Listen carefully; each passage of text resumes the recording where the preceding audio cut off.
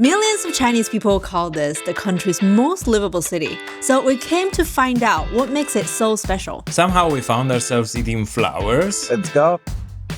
Getting lost in a night market that feels illegal. I really don't know how I feel about this. Surviving the worst meal that nearly made me faint. And less than 24 hours later, having the best food we'd had in the entire country. Whoa.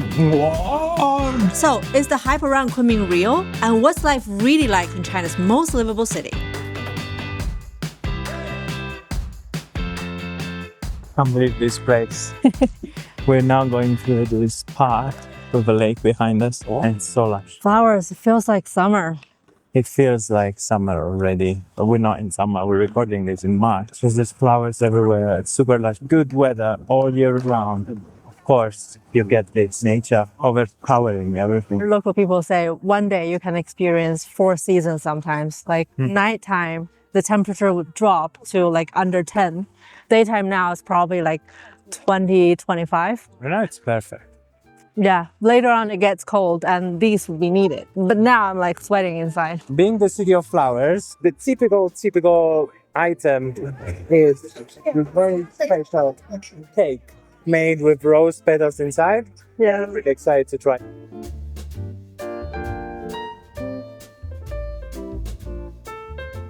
We got 2. So this one is rose and that one is jasmine. Yeah, it's all about flowers. Let's see. Let's go. It's so crumbly. The rose is very much rose. Petal. Yeah. Same. You Oh, want to try this? yes, of course. Try the jasmine. Whoa. Oh yeah, they're so crumbly. Falling apart. Oh, it is jasmine. It's very settled. This is way more intense than More that. pungent. Yeah. This when you already bring it close to your mouth, you smell rose very much, like very intense smell of rose. Yeah, but I prefer this one because the aftertaste is a bit like tea. Amazing. I prefer this one. Let's do it. Nobody would think China is land of coffee, but here we are in the country's biggest coffee producing region. So how good is this coffee and how did it end up here? We had to try.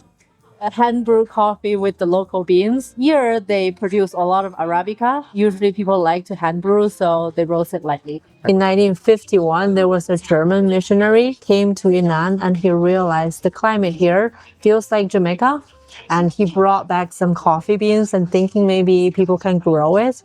And so the first generation of people who tried to grow coffee here was in the 50s. And so this coffee brand is one of the first farms that grows coffee beans in Baoshan. From the color, you wouldn't think it's intense, but actually, when you taste it, it's incredibly intense, at least for me.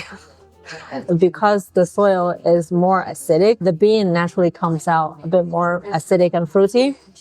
This one is less bitter, but it like already is pretty much bitter for me. I think it will be less for you. Since this city is always in bloom, it's common to see shops selling all sorts of dry flowers, plants and herbs to make tea, concoctions and even cosmetics. But the star of the show, when it comes to Yunnan produce, are the mushrooms. And we might have found the best way to enjoy them. Rice noodle, but this is a vegetarian option because it's douhua. It's a type of soft tofu together with the rice noodle. I can't really pinpoint how this combination would taste like.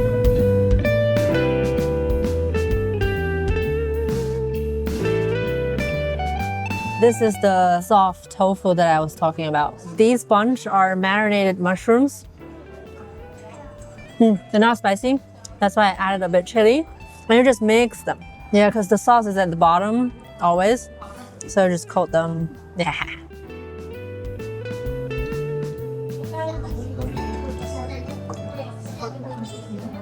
Whoa. I think there's sesame paste in there. You'll love it. Oh yes. Wow. I love This is amazing. And it has such a profound mushroom taste. Amazing.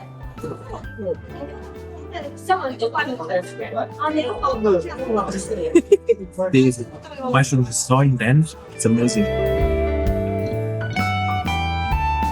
Another thing we can already see from the shops around here. This province is the province that sort of attracts all the free spirits of China, and also foreigners. So people who are a little bit more hippie, alternative, or handicraft shops. People make their own jewelry, their own things, and come to sell it here. In Yunnan province, it's a local culture to have like open markets.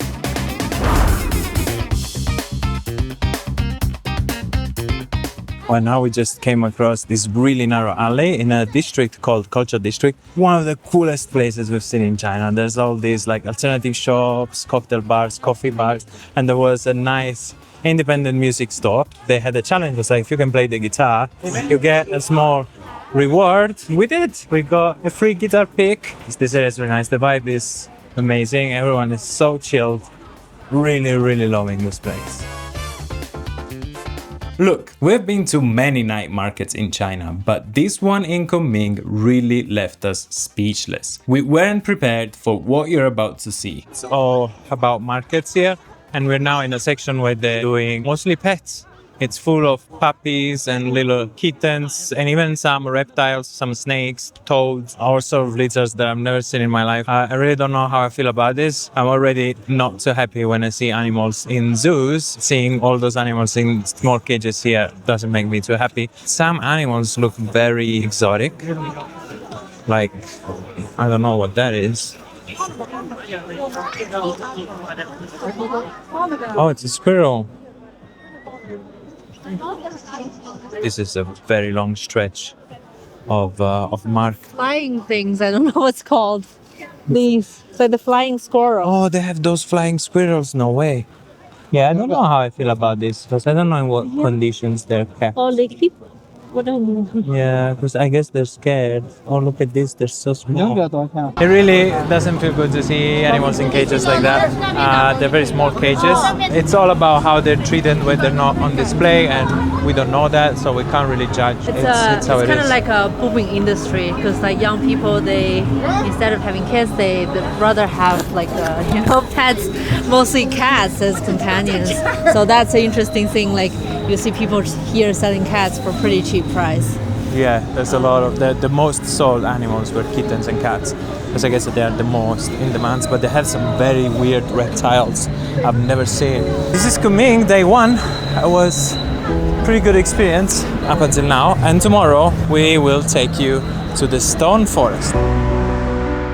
For Chinese people, the stone forest is Kunming's most iconic natural landmarks. But something caught us off guard at the entrance. As usual, like with most main big attractions in China, what they do is they put the check-in of the ticket at one point, and then there's a 2 kilometers walk to get to this start of the attraction, because this way they can upsell those shuttle buses. So in Shanxi province, there are some temples on the mountain, like directly built on the rock. They used to have parking lot right under it. And now this year they moved parking lot away, like forcefully, so you will take another shuttle bus. So now we see here, these are Old ticket entrances. machines. Yeah. They're not in function mode. This means that you used to be able to drive here, pay your ticket here, and walk in. But what they did, scrap this, add 2 kilometers to make it frustrating and hard to get here unless you pay for a shuttle bus, which is extremely annoying. And also, this is a geological park, probably a cultural difference, but parks, mountains, forests, in my opinion, they should be something that people can access as a part of the public domain for free. Like this, in many other countries, would be just a hike. Here, they had to enclose it and make it hard and make you pay, and you have to go through a frigging duty-free style souvenir shop every time you get out of those. So let's see if it's so beautiful and mind-blowing enough to change our mood right now.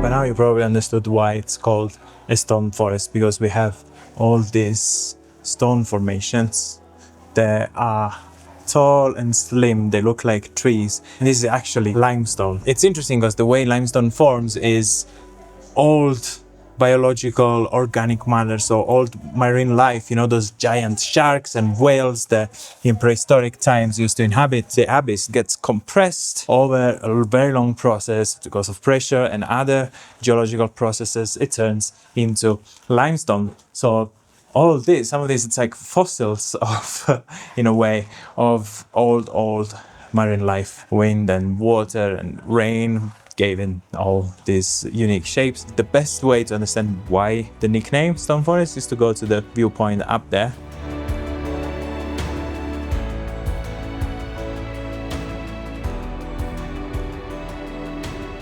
We're in the pavilion.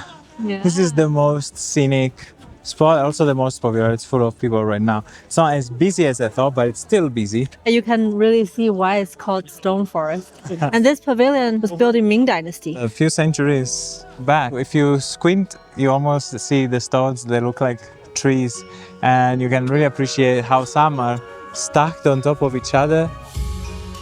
There's an old saying in China, if you haven't visited the Stone Forest, you haven't been to Kunming. This is the home of Ashima, heroine of a tragic love story that inspired the classic 1964 film Ashima, an epic tale our parents and grandparents grew up with. She's such an icon that even became a cigarette brand.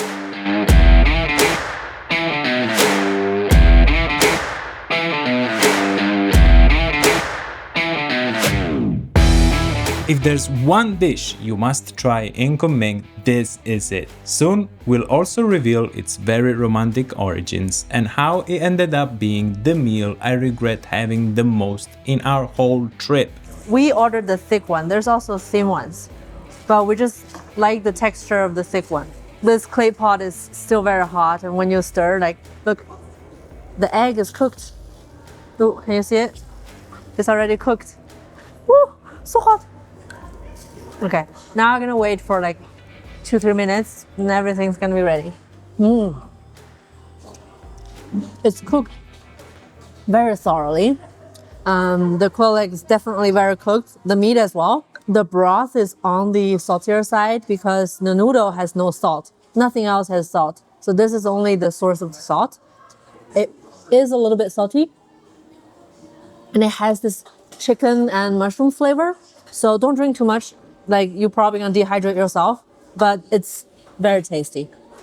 Now, after eating, I have a full belly. I can tell you the story about this guoqiao mi xian. So it's like cross-bridge noodles. Because back in the days, there was a couple. The guy was studying for the imperial exam, and he's studying in a very far place. The wife was sending rice noodles to him every day. And every time, because of the long walk, you know how noodles are when they're soaked in soup for a long time. They get cold and clam up, right? So it's not very tasty once it reaches to him. So she slowly realized the hot soup, if there's a layer of fat on top, like the soup can be hot for a long time. And she separates the noodles, all the condiments. She reaches to him and she, just puts stuff together, and it's like a fresh cooked noodles. It's a love story, and this recipe was born.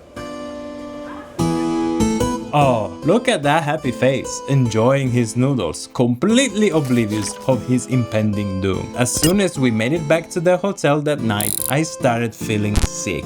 Really sick. This was a food poisoning like I've never experienced before. So bad, I almost fainted. This is such a common experience in Yunnan. Locals even have a name for it. 水土不服. It means your body is not adapted to the new land and water. Luckily, the next day I was still able to function because we had a very important mission. We are walking around this beautiful wetland park, right? A few minutes outside of Kunming by car. There are wetland around this massive lake. It's called Dianchi. In wintertime, the seagulls come to rest. The lake is so big, it's basically like a sea, and there are even Local people regard these lakes, and also the lake in Dali, they have a similar one.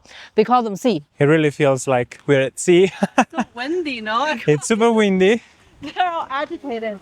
And yeah, there are waves and everything. And that's what I was talking about. You can see we're already at 2,000 meters elevation, but you can see way higher peaks and mountains on the other side of the lake. If you look that way, there's no end to the lake. It looks like the horizon of the sea. Wow, amazing. It's huge. Oh, I really wondered if seagulls are still here or they all left. We're heading to the airport because today is the day we pick up our cat Coconut. We flew separately because we have to do an overlay in 2 locations. We couldn't take cats if we do that. Within China, there's many companies that you can send pets for like cheap price. So now like we're going to pick him up because he's already at the airport.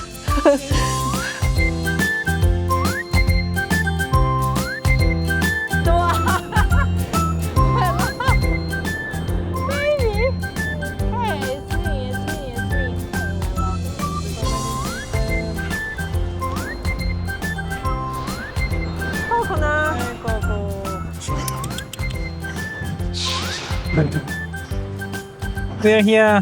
Hello. Now that the family is happily united, we're ready to explore one of the biggest flower markets in the world. So this place is the biggest fresh flower trading market in whole Asia, and it's located right in Kunming. It's called Yunnan Flower Trading Center. 24-hour, all year round open. It's already almost 10:30. And it's pumping. It's pumping, yeah. They're not only doing wholesale here, there's also all visitors. They even have a tourist center here. We just see like regular people just like after dinner, they come here and buy flowers because they are dead cheap here. And all the there's flowers. obviously all sorts of flowers you can think of. 10,000 traders that come here every day, they trade flowers. All varieties, because of course the climate here is so good as well. I don't need to tell you how good it smells in the biggest flower market. Let's check out the prices. Let's buy some flowers.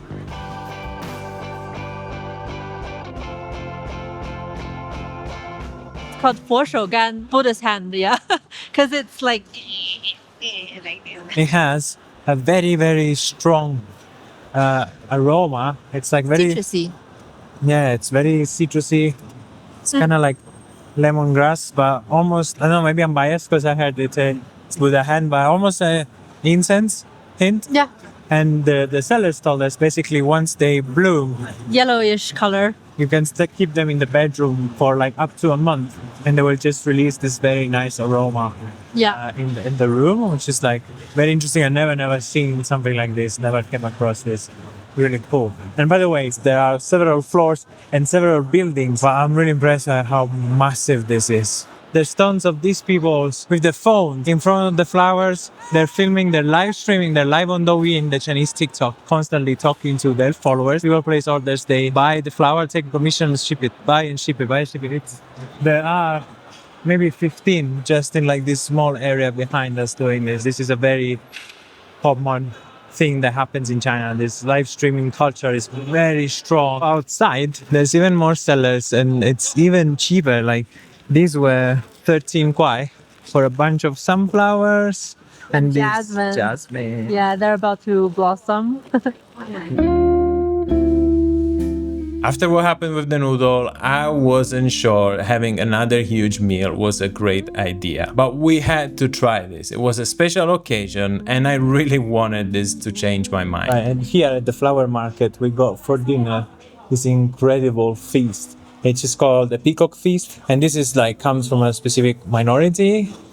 Yeah, so this minority that lives specifically in the south of China, in south of Yunnan, it's called Dai. It sounds pretty much like Thai, but it's not. They do have like share similar cultures. The reason for the peacock feast because it's in the south. They have a lot of peacock and elephants, and they regard them as the sacred animal. The condiments here resembles a lot of Thai food with the sourness and the spiciness, and even with the grilled fish and all these like stir-fry elements. What is this? Whoa, whoa. This is an explosion of flavors. It's very fresh. There's the freshness of the lime, and there's, I don't know, a bazillion spices probably that I don't even can pinpoint. But there's like a party in my mouth right now. There's not even a party. There's a rave in my mouth. There's a festival. Like everyone's going crazy. Whoa, this is insane. It really reminds me a lot of Thai food. It's incredible. I can't believe. Like if I close my eyes, I mean, I don't even need to close my eyes. You can just even look at it and taste it, and I still think I'm in Thailand and not in China. This peacock feast is also called 手抓饭, means you have to eat with your hand. And they gave us this glove. Take some of the salad, take a bit of the rice. The amount of herbs, I couldn't even tell, but I think there's like some fennel stuff. Whoa, and spiciness kick in. This is amazing and so tangy. Limes or lemon, I don't know. With the spiciness, with the freshness of the herb, it's amazing. Little behind the scene. It's my birthday today, so I'm gonna be very quick for recording and we're gonna enjoy this. But this is all incredible. And another thing from here, it's the mushrooms. They're so good. And then you have all sorts of things. You have these young bamboo shoots, you have 3 different type of rice. And now we're gonna dig in, and happy birthday to me. See you later. Kunming really blew us away. Deep blue skies, great coffee, fresh air, incredible food and flowers everywhere. No wonder people say it's the most livable city. And it's also the gateway to Yunnan, China's wildest, most diverse region. We traveled here for months, so go check out our full China playlist and subscribe so you won't miss future episodes.